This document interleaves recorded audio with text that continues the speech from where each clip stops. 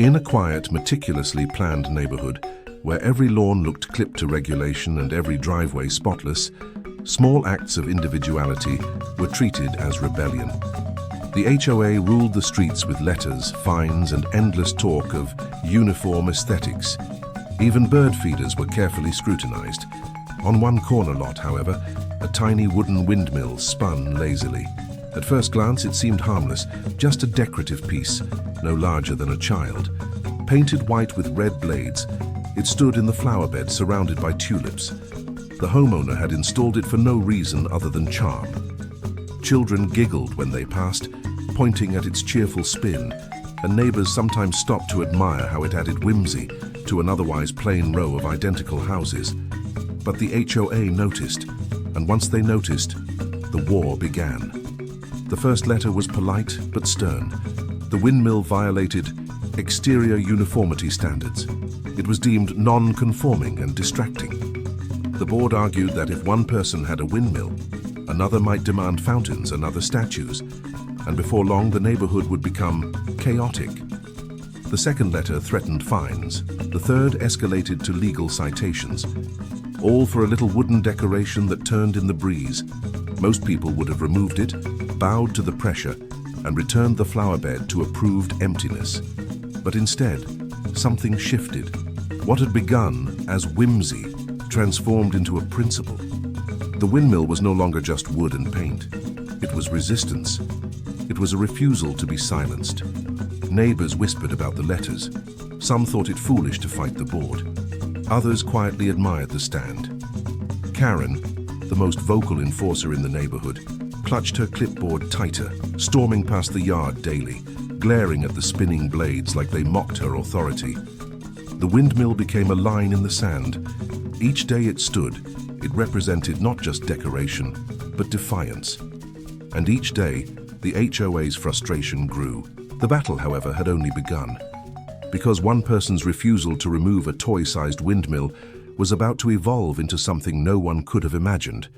The HOA tried to silence a spin of wood, but in doing so, they had sparked an idea that would grow taller, stronger and louder than anything their bylaws could contain. The seeds of rebellion had been planted, and with them came a vision of something far larger than a flower bed decoration.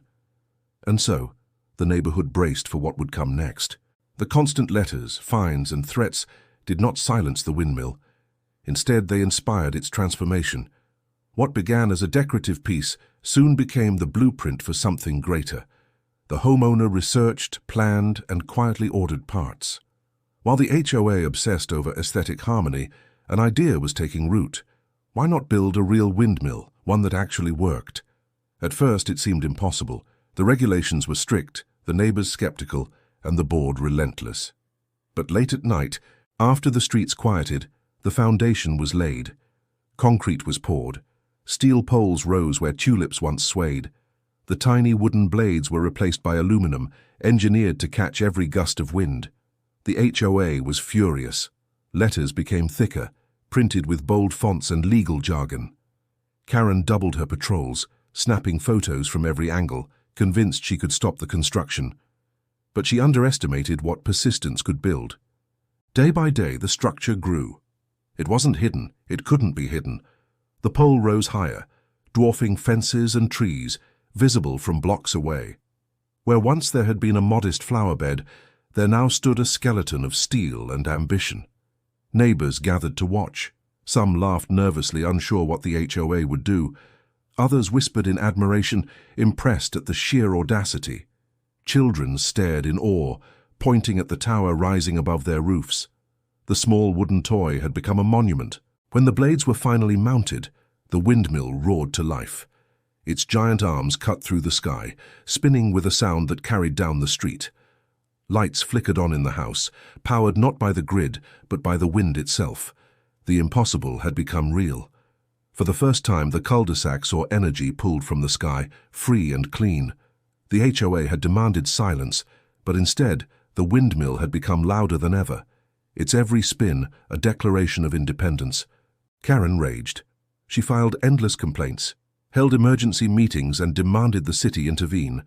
But the city had no ordinance against personal wind power, and as long as the structure was safe, there was little they could do. What had once been an HOA squabble was now a matter of public energy rights. The story spread. Local news crews arrived, pointing cameras at the towering windmill. Headlines read, "HOA battles home energy project."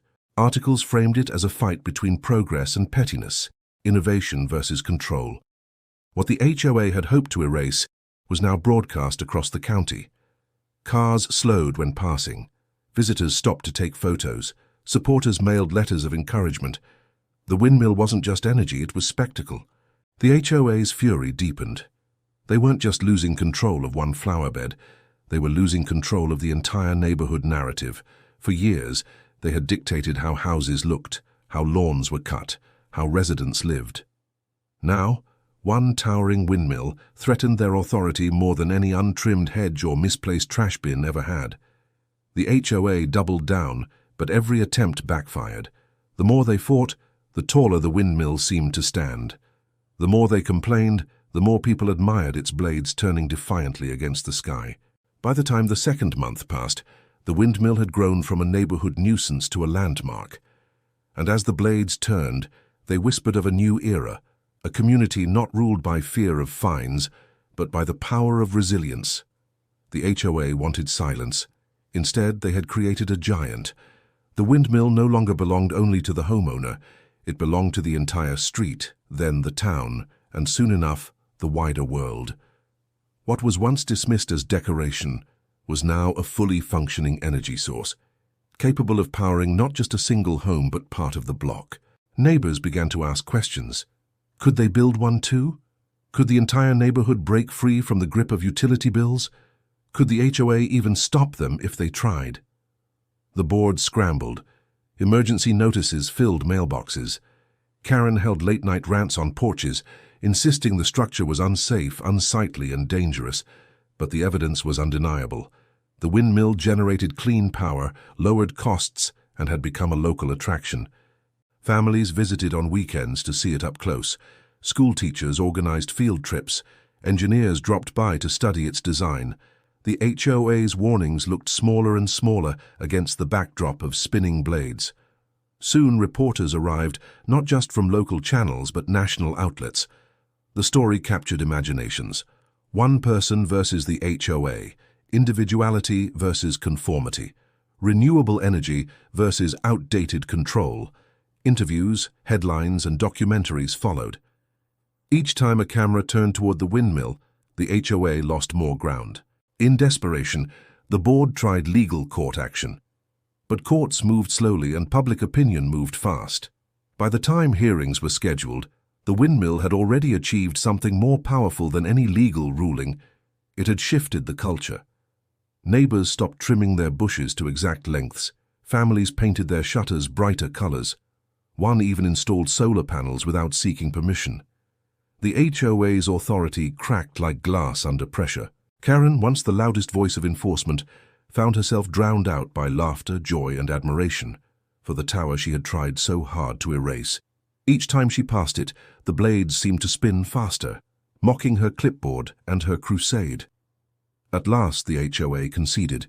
Their letters stopped, their meetings quieted, their fines went unpaid and unenforced. The windmill stood tall, unchallenged, its victory absolute. It wasn't just a structure, it was a symbol, a reminder that even the strictest rules could crumble under determination, a monument to the idea that progress cannot be silenced, no matter how many notices or complaints are filed. The neighborhood, once uniform and silent, became a place of pride. Visitors still came, cameras still clicked, and children still pointed upward with wide eyes. The blades turned tirelessly in the wind, a beacon of defiance and innovation.